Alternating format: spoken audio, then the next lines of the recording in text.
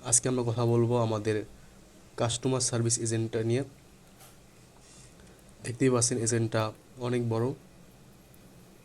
এটা আপনাদের পুরো কাস্টমার সার্ভিসটাকে প্রায় হ্যান্ডেল করে ফেলবে ইমেলের মাধ্যমে যেগুলো আসবে।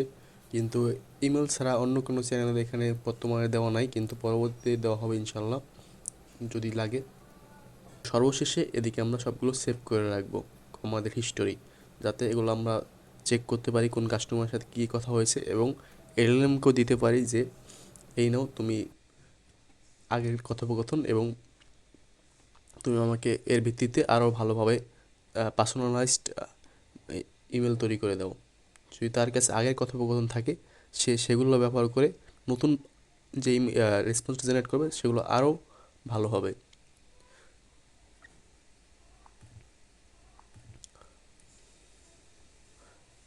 আমাদের অটোমেশনের শুরু হয় জিমেল ট্রিগারের মাধ্যমে। এর মাধ্যমে মূলত আমরা ইমেলকে আমাদের অটোমেশনের ভিতরে নিয়ে আসি এবং এর মাধ্যমে অটোমেশনটা শুরু হয়।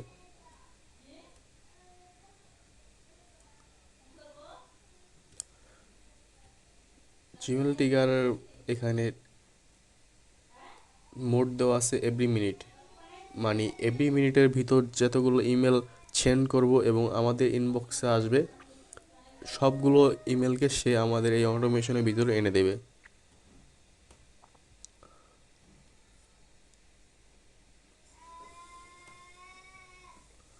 তারপরে ফিক্স ফরমটা দরকার হয় এই কারণেই যে যখন জিমেল ট্রিগার থেকে আমরা ইমেলগুলো পাবো, সেখানে টু এবং ফরম দেখতেই পাচ্ছেন যে এখানে ইমেল আগে একটা নাম দেওয়া আছে, কিন্তু আমরা যখন এই ইমেলটাকে আমাদের আবার সেন্ড করব রেসপন্স, তখন এই নাম সহ যদি আমরা ইমেলের কাছে পাঠিয়ে দিই, ইমেল নোডের কাছে, জিমেল নোডের কাছে, তখন সে পুরোটাকে এটা ইমেল অ্যাড্রেস মনে করবে। তাই সেটা একটা ভ্যালিড অ্যাড্রেস হবে না। তাই আমাদের এই নামটা বাদ দিতে হবে, এই দুই গেটার এবং লেস দেন সাইনটা বাদ দিতে হবে। তাই আমরা একটা কাস্টম কোড লিখেছি জাভা স্ক্রিপ্টে, এবং তার মাধ্যমে আমরা এটাকে নাইস ফরম্যাটে নিয়ে আসছি, মানে একেবারে যে ফরম্যাটটা আমাদের দরকার ছিল। তারপরে একটা ফিল্টার নোড চালু করেছি। ফিল্টার নোডের ভিতরে আমরা আমাদের নিজস্ব যে ইমেল অ্যাড্রেসটা আছে, যেটা দিয়ে আমরা পাঠাবো সেটা বসিয়ে দেবো। কারণ প্রথমে বলেছি যে জিমেল নোডটা যত মিনিট দিবেন ওদিকে এখানে টাইমার দেওয়া আছে, ওই মিনিটের ভিতরে যতগুলা ইমেল আসবে এবং যাবে, ইনকামিং এবং আউটগোয়িং সবগুলোকে নিয়ে আসবে। এখানে মোট এভরি মিনিট দেওয়া আছে। তারপরে তাহলে এটার কাজ কি? এটার কাজ হলো যেগুলো আমরা পাঠিয়েছি সেগুলোকে বাদ দিয়ে দিবে, মানে এখানে যে জিমেল অ্যাড্রেসটা দিবেন সেই জিমেল অ্যাড্রেস থেকে আসা সবগুলোকে বাদ দিয়ে দিবে। তারপরে আমরা একটা লুপ চালু করেছি। এই লুপটার কাজ হলো একটি একটি করে ইমেলকে সে পাঠাবে। কারণ একসাথে যদি টাইম যদি 1 মিনিট দেওয়া থাকে, 1 মিনিটে সর্বোচ্চ 10টা ইমেল আসবে। 10টাকে যদি আমরা পাঠিয়ে দিই, আপনার কোম্পানি যদি আরও বড় হয়, আরও বেশি আসতে পারে, তখন এটাই বেস্ট প্র্যাকটিস। তাহলে একটা পাঠিয়ে দিলে সে একটি করে রেসপন্স জেনারেট করবে, একটি করে রিপ্লাই দেবে। কিন্তু 100টা পাঠিয়ে দিলে এখানে 100টা যাবে, এখানে 100টা যাবে, পুরো খারাপ একটা অবস্থা সৃষ্টি হবে। ফুল গেট ফুল থ্রেড গেট ফুল থ্রেডের মাধ্যমে আমরা ফলো আপ ইমেলগুলোকে নিয়ে আসবো। সাপোজ আপনি একটা ইমেল পাঠালেন, তারপর মনে হলো কিছু অ্যাড করে দিই, সে পুরোপুরি তথ্য নয়, আবার অ্যাড করে দিলেন। তারপর আমি একটা রিপ্লাই দিলাম। তা মানে এই যে 3টা 4টা যে একটা রিপ্লাই দেওয়া হলো একটা থ্রেডে, সেগুলো সবগুলোকে নিয়ে আসবে, মানে আলাদা আলাদা করে না, সবগুলোকে এক লগ করে অর্গানাইজ করবে। রিফরমেট থ্রেড অর্গানাইজ একসাথেই কাজ করে। অর্গানাইজ এই যে email form customer, I want to know about your company refund policy. Email form next web support team, product of service, আমরা প্রোডাক্ট অফ সার্ভিস দুটোই দিয়ে থাকি, তারপর জিজ্ঞেস করেছি আমরা, এটা হলো আমাদের কাছ থেকে দিয়েছি। এবং ইমেল ফরম কাস্টমার, আপনাদের কথা প্রশ্ন আসতে পারে যে আমাদের যেগুলো পাঠিয়েছি সেগুলো তো বাদ দিয়ে দিছি, তাহলে এটা আসলে কীভাবে? হ্যাঁ, আমরা এটা বাদ দিয়ে দিয়েছি, কিন্তু কাস্টমার তো প্রথম লাস্ট ইমেলটা কভার করেছে যে অনলি প্রোডাক্ট, সেই অনলি প্রোডাক্ট ইমেলটা আমরা এখান দিয়ে পাঠিয়ে দিয়েছিলাম। পাঠিয়ে দেওয়ার কারণে ফুল থ্রেড, ওই ফুল আইডিটা তো সেম, ওই আইডির মাধ্যমে আমরা পুরোটাকে নিয়ে আসছি আবার।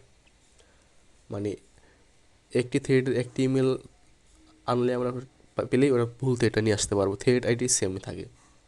তারপর টেক্সট অনলি, এটার কাজ এখানে বুঝতে পারবেন না, কারণ এখানে এই যে এটা আর এটা সেম।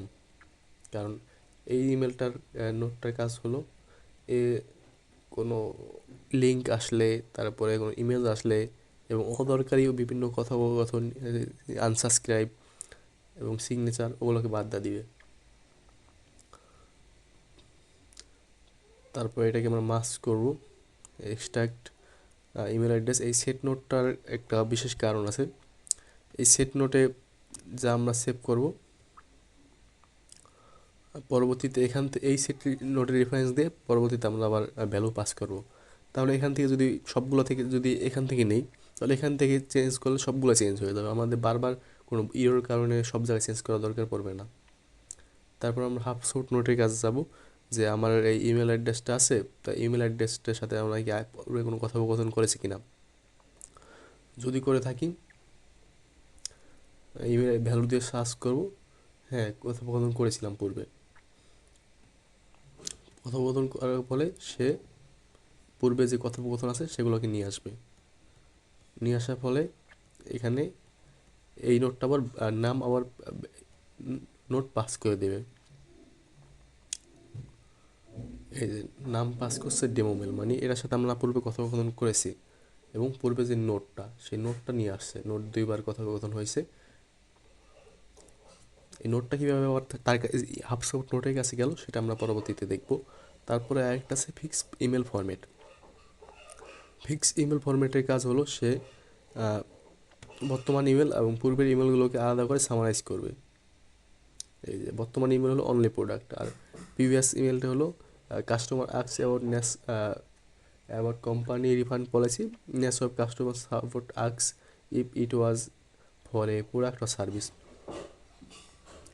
এটা কিন্তু অনলি টেক্সট থেকে যেভাবে এসেছে সেভাবে হুবহু দেওয়া না, সেটাকে নিজের মতো করে সামারাইজ করেছে, আবার রিডেবল করেছে। এটা আমাদের খুবই দরকার। এই যে এই বিশেষ করে যে প্রিভিয়াস ইমেল পার্টটা কী জন্য দরকার সেটা আমরা পরবর্তীতে দেখতে পারবো। তারপর ইমেল গেটার, এটার কাজ হলো সে ইমেলের যে এই যে হ্যালো ডেমো মেল, মানে ডেমো মেল মানে হলো ডেমো একটা নাম, হ্যালো আবদুল্লাহ, হ্যালো নেসোয়েব সামথিং। এটার কাজ হলো শুভেচ্ছা, এটাকে শুভেচ্ছা বাণী বলে, শুভেচ্ছা বাণী জেনারেট করা। যেরকম সকাল রাত সন্ধ্যা 5টা থেকে রাত 9টা পর্যন্ত হলে ইভিনিং, গুড ইভিনিং। তারপরে সকাল 5টা থেকে সকাল 12টা পর্যন্ত হলে গুড মর্নিং। এবং প্রত্যেকবার সে নাম অ্যাড করবে তার সাথে, আবার নাও করতে পারে, হাই হ্যালো অ্যাড করতে পারে বিভিন্ন রকম। আবার যদি এর সাথে ওই সেম থ্রেডে আবার কথা হয় তাহলে বলবে হাই অ্যাগেন, ওয়েলকাম ব্যাক। মানে কাস্টমারকে ভ্যালু অ্যাড করা, যে না তোমাকে আমি মনে রেখেছি, কাস্টমার এখানে গুড ফিল করবে। তো এই নোটটা কীভাবে বুঝবে যে তার সাথে সেম নোডে সেম ইমেল থ্রেডে পূর্বে কথোপকথন হয়েছে, তার জন্য আমরা এটা সেট করেছি। ইমেল ফিক্স ইমেল ফরম্যাটে কিন্তু একটা দুটো অপশন ছিল, যে নিউ ইমেল এবং প্রিভিয়াস ইমেল। নিউ ইমেল বলতে বর্তমান ইমেল, এবং প্রিভিয়াস ইমেল যদি সেম থ্রেডে কথোপকথন হয় তাহলে প্রিভিয়াস ইমেলটা থাকবে না, তো থাকবে না। তাহলে আমরা এটার মাধ্যমে বুঝতে পারবো যে ওই সেম থ্রেডে কথোপকথন হয়েছে কি না। তো প্রিভিয়াস ইমেল যদি থাকে তাহলে ট্রু, ট্রু মানে এই ওই গিটার নোটের কাছে চলে যাবে যে the previous email is exist, যে ট্রু হয়। তারপরে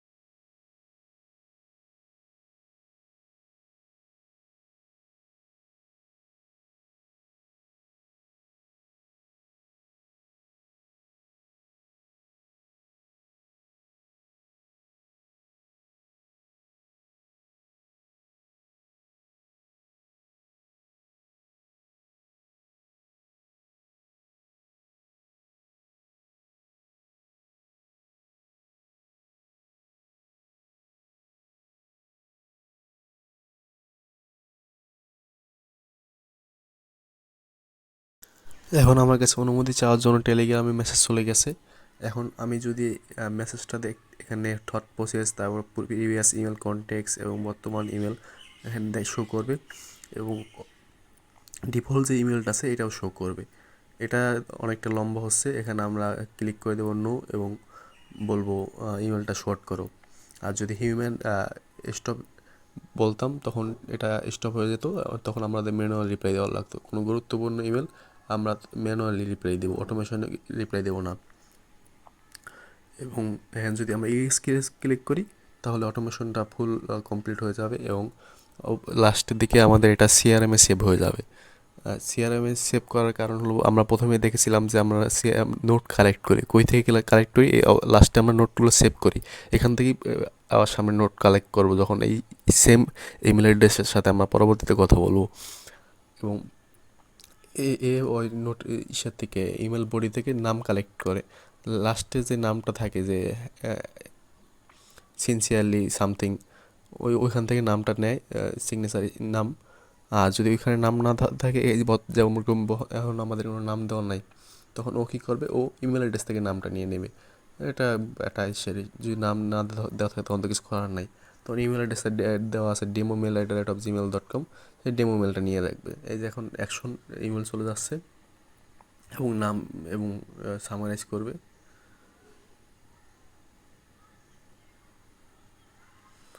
চলে গেছে ইমেল এবং সামারাইজ করতেছে। কন্ট্যাক্টটা যেহেতু আগে ক্রিয়েট করা ছিল, শেষ যেহেতু কন্ট্যাক্টের আন্ডার নোটটা সেভ করে রাখবে, এই যে ক্রিয়েট নোট অ্যান্ড অ্যাসোসিয়েশন শেষ। ধন্যবাদ আপনাদের সকলকে।